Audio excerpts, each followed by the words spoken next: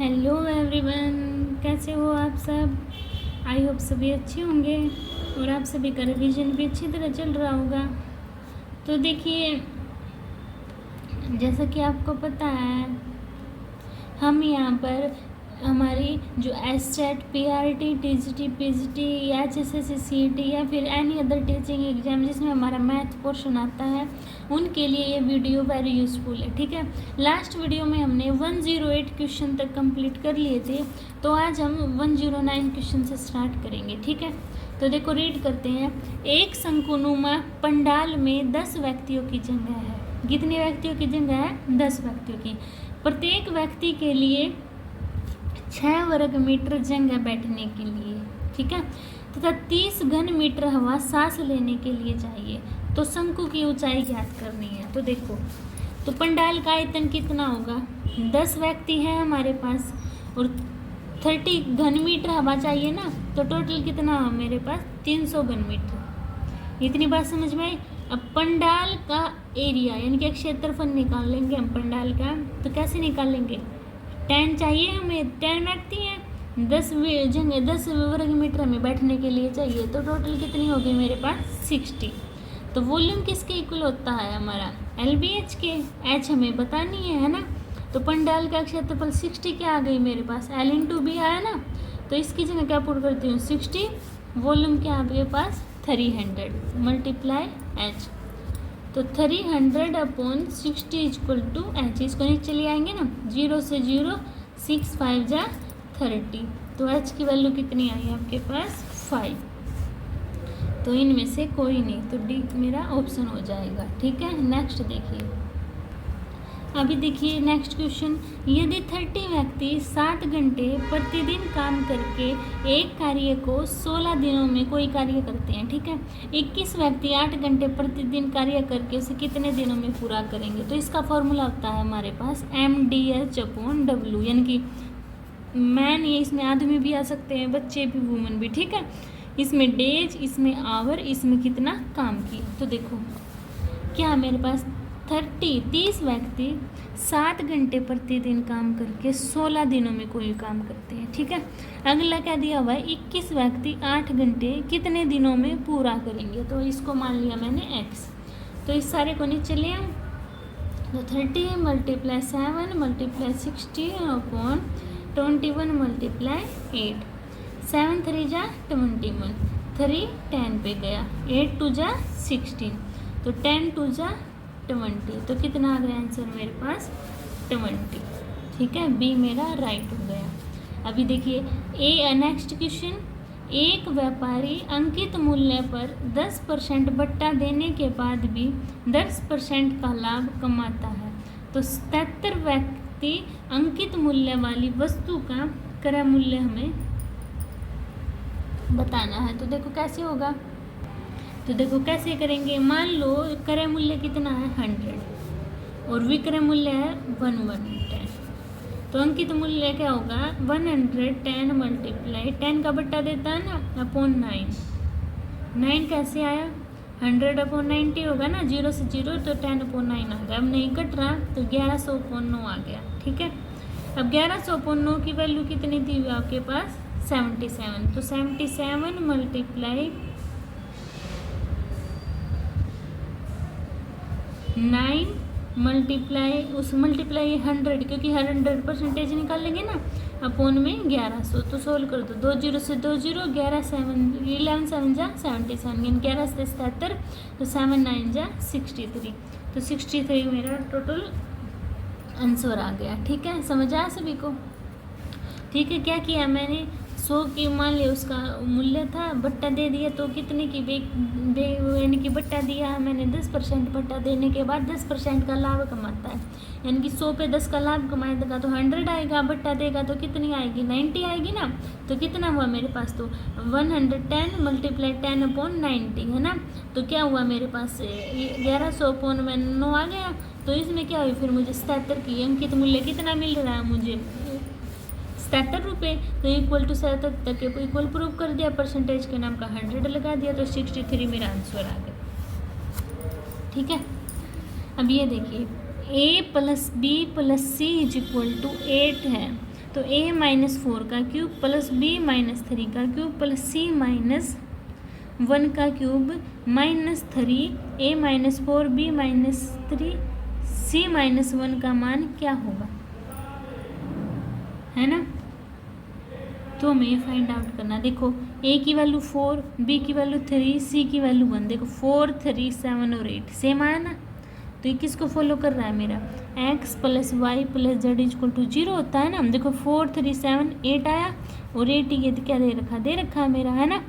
क्योंकि इस तो आंसर मेरा क्या आएगा, 0 आ जाएगा ना। कैसे किया मैंने, a माइनस 4 यानी कि a की वैल्यू 4, b की वैल्यू 3, c की वैल्यू 1। तो देखो a प्लस बी प्लस सी इन्होंने 8 दिया हुआ है ना। और मेरा फॉर्मूला क्या आता है, a plus B plus C equal to 0 होता है। एक्स वाई जेड यानी कि एक्स वाई में दिया होता तो ये होता, a b की फॉर्म में दिया तो ये लिख दिया मैंने, ठीक है। a plus B plus C equal to 0 होगा कब, जब a cube plus B cube plus C cube minus 3abc होगा। तो एक इस कंडीशन में लिखा हुआ है 3abc। और तो देखो फिर क्या किया मैंने, 4, 3, 7, 8 होता है ना।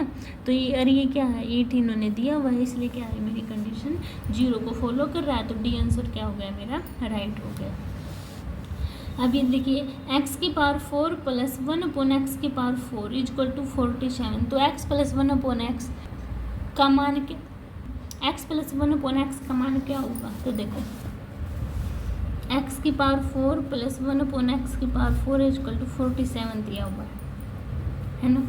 अगर मेरे पास x square plus 1 upon x square है, इसका मैं क्यूब स्केयर करती हूँ तो x की पावर 4 प्लस 1 अपॉन एक्स की पावर 4 प्लस 2 आता है। इसकी वैल्यू 47 दी हुई है और प्लस 2 ऐड कर दो, कितना आ गया 49। यानी कि X square plus 1 upon x square equal to 49 का स्केयर 7 आ गई, है ना। अगर आपको अंदाजा भी ऐसे लग सकता है, कैसे अगर प्रैक्टिस हो जाएगी ना, तब जैसे 4 दी हुई है 47 दी है तो ऑटोमेटिकली ये देख लो ना, 2 ऐड करेंगे प्लस है ना, तो 2 ऐड करते हैं तो 49 तो 7 आ गया। अभी क्या एक्स प्लस 1 अपॉन एक्स करना है, एक्स प्लस 1 अपॉन एक्स, तो इसका स्केयर करना है x square plus 1 upon x square plus 2। देखो एक्स मल्टीप्लाई 1 अपॉन एक्स, ये कट जाता है इसलिए मैं डायरेक्ट लिखा था। इसकी वैल्यू क्या है 7 और इसकी वैल्यू 2। तो x प्लस 1 अपॉन एक्स का होल स्केयर इक्वल टू 9। तो x प्लस 1 अपॉन एक्स की वैल्यू क्या है आपके पास, प्लस माइनस 3 है, प्लस माइनस 3। तो किस में काउंट होगी, तो ये भी मेरे पास है ना। तो ये मेरा आंसर आ गया, समझ आ गई सभी को। अभी नेक्स्ट देखिए, x equal to 3 plus 2 root 2 है, तो root X minus 1 upon root X क्या होगा। x की वैल्यू 3 प्लस 2 रूट 2 है, ठीक है। तो इसमें 1 अपॉन एक्स क्या होगा आपके पास, माइनस साइन चेंज, बस 3 माइनस 2 रूट 2 हो गया साइन चेंज। तो देखो root X minus 1 upon root X की वैल्यू बतानी है हमें, तो इसका स्केयर करना है एक बार। देखो x plus 1 upon X minus 2 root X multiply 1 upon 2 root X, cancel out. तो x plus 1 upon X minus 2, x की वैल्यू क्या है 3 प्लस 2 रूट 2, 1 अपॉन एक्स की 3 minus 2 root 2 minus 2, cancel out 3 3 6, 6 minus 2 कितना आया 4। यानी कि root X minus 1 upon root X का होल स्केयर इक्वल टू 4। तो root X minus 1 upon root X की वैल्यू क्या आई आपके पास, प्लस माइनस 2, ठीक है। यानी कि 2 मेरा ये रूट 2 नहीं 2, ठीक है, ये मेरा आंसर होगा। अभी देखिए 5a plus 1 upon 3a equal to 5 है, तो 9a स्केयर प्लस 1 अपॉन 25 का मान क्या होगा। तो देखो 5 है यहाँ पे 3 है, 9 आ गया, 3 है यहाँ पे 5। तो मैं क्या करती हूँ, इस पूरी इक्वेशन को 3 अपॉन 5 से मल्टीप्लाई कर देती हूँ। तो करना क्या दिया हुआ है, 5a plus 1 upon 3a equal to 5 करना, 3 अपॉन 5 3 अपॉन 5 एंड 3 अपॉन 5। तो देखो 5 से 5 कैंसिल आउट, तो 3a 3 से 3 1 अपॉन 5a इक्वल टू 3, ये आ गया। अब मुझे क्या बताना है, इसका बस स्केयर बताना है ना। तो इसका स्केयर करेंगे तो देखो 9a square plus 1 upon 25 plus 2 multiply 3 multiply 1/5। ए से ए तो कैंसिल आउट हो जाएगा ना, तो कितना है मेरे पास 6/5 और 3 है तो कितना हो जाएगा 9, है ना। और ये मुझे ज्ञात करना है ना 25a²। देखो तो उस साइड 9 है, -6/5 उस साइड चला जाएगा तो 6 माइनस का हो जाएगा, तो एलसीएम लेना 5, तो 45 - 6, 45 में 6 गए 39/5। ठीक है, ऐसे आपको ये सोल्व करना था। अभी देखिए 116 एक्स की वैल्यू क्या है, √a + 1/√a, y √a - 1/√a, तो x की पावर 4 + y की पावर 4 -2x² + y²। तो देखो क्या है, x की पावर 4 + y की पावर 4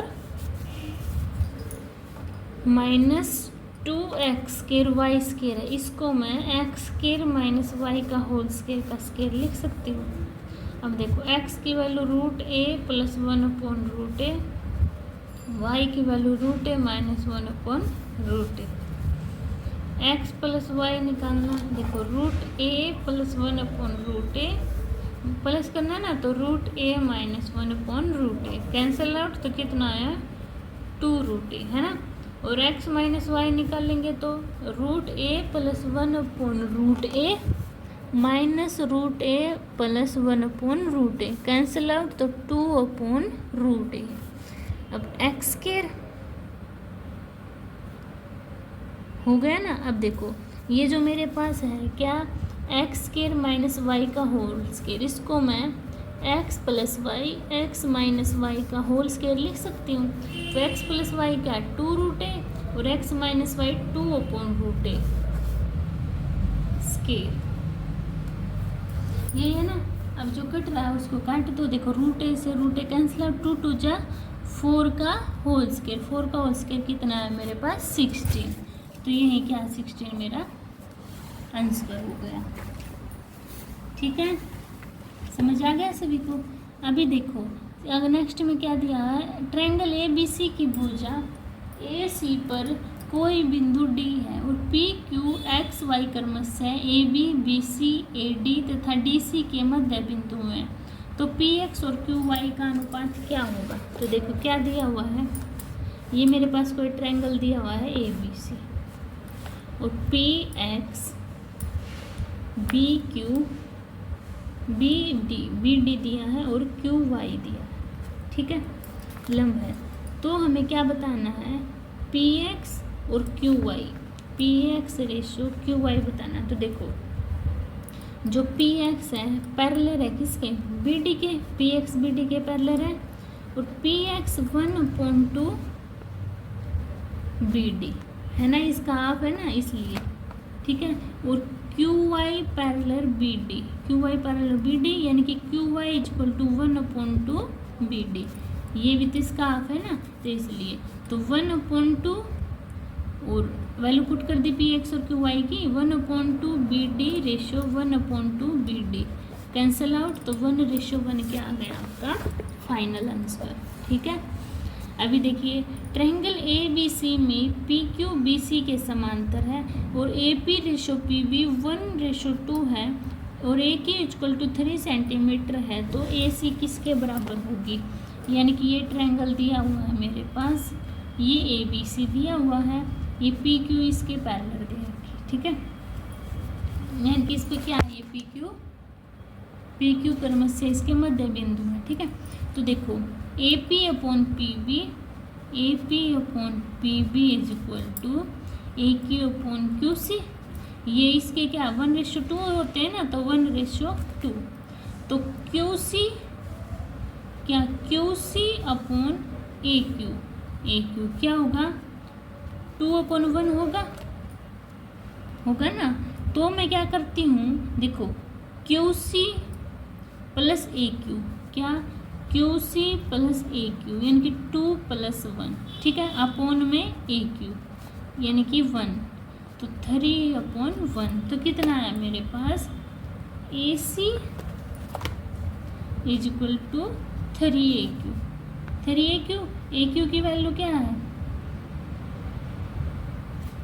3 दी हुई है ना, तो 3 मल्टीप्लाई 3 इक्वल टू 9 आ गया मेरे पास। ये दी हुई है ना क्यों 3, तो 3 मल्टीप्लाई 3 इक्वल टू 9। ठीक है, अभी देखिए 5 सेंटीमीटर त्रिज्या वाले एक वृत्त की जीवा 3 सेंटीमीटर त्रिज्या वाले एक अन्य वृत्त को स्पर्श करती है। तदनुसार तीनों वृत्त सकेंद्रीय भी हो तो उस जीवा की लंबाई क्या होगी। देखो ये मेरा कोई वृत्त ऐसे सकेंद्रीय वृत्त ऐसे होते हैं। ये दी हुई है मेरे पास 3 और ये पूरी दी हुई है 5, तो ये यहाँ से इसको ऐसे होगी। ठीक है जी, ये गलत हो गया। देखो कैसे, ये आपके पास वृत्त है, इसकी भुजा 3 है और इसको स्पर्श करता हुआ कैसे ए ऐसे आपका वृत्त जा रहा है। ठीक है, कोई ये आपकी 5 सेंटीमीटर दी हुई है, ये बी पॉइंट, ये ए पॉइंट, ये सी पॉइंट। ठीक है, ये ओ। तो देखो बड़ी को मान लो कैपिटल आर, छोटी वृत्त की को मान लो स्मॉल आर 3। तो ट्रायंगल ओ बी सी तो निकालना 5 square is equal to R square, यानी कि देखो ट्रायंगल ओ बी सी पूरा लिखें, क्या लिखते हैं ओ बी सी, यानी कि ओ बी सी में क्या होगा बी सी का square plus R square equal to R square. R square की वैल्यू क्या है 5 का होल स्क्वायर, छोटे आर की वैल्यू 3 का स्क्वायर, बी सी स्क्वायर अपने फाइंड आउट करनी है ना। तो बी सी का होल स्क्वायर इक्वल टू 5 का स्क्वायर 25, ये उस साइड जाएगा 3 का स्क्वायर 9, तो बी स्क्वायर इक्वल टू 16। तो बी सी की वैल्यू आई 4, यानी कि इस बी सी की वैल्यू 4 आई, जीवा यहाँ से यहाँ तक होगी, ये 4 है तो ये भी क्या होगी 4, तो टोटल कितनी आई आपके पास 8। तो 8 क्या हो गया मेरा आंसर हो गया। अभी देखिए यदि किसी वितरण की माध्यिका 25 तथा बहुलक 55 हो तो उसका समांतर माध्य क्या होगा। तो बहुलक का क्या फॉर्मूला होता है, बहुलक यानी कि मोड इज इक्वल टू 3 माध्यिका यानी कि 3 मीडियन माइनस 2 मोड माध्य। ठीक है, बहुलक 55 है, माध्यिका कितनी है 25, तो 3 मल्टीप्लाई 25,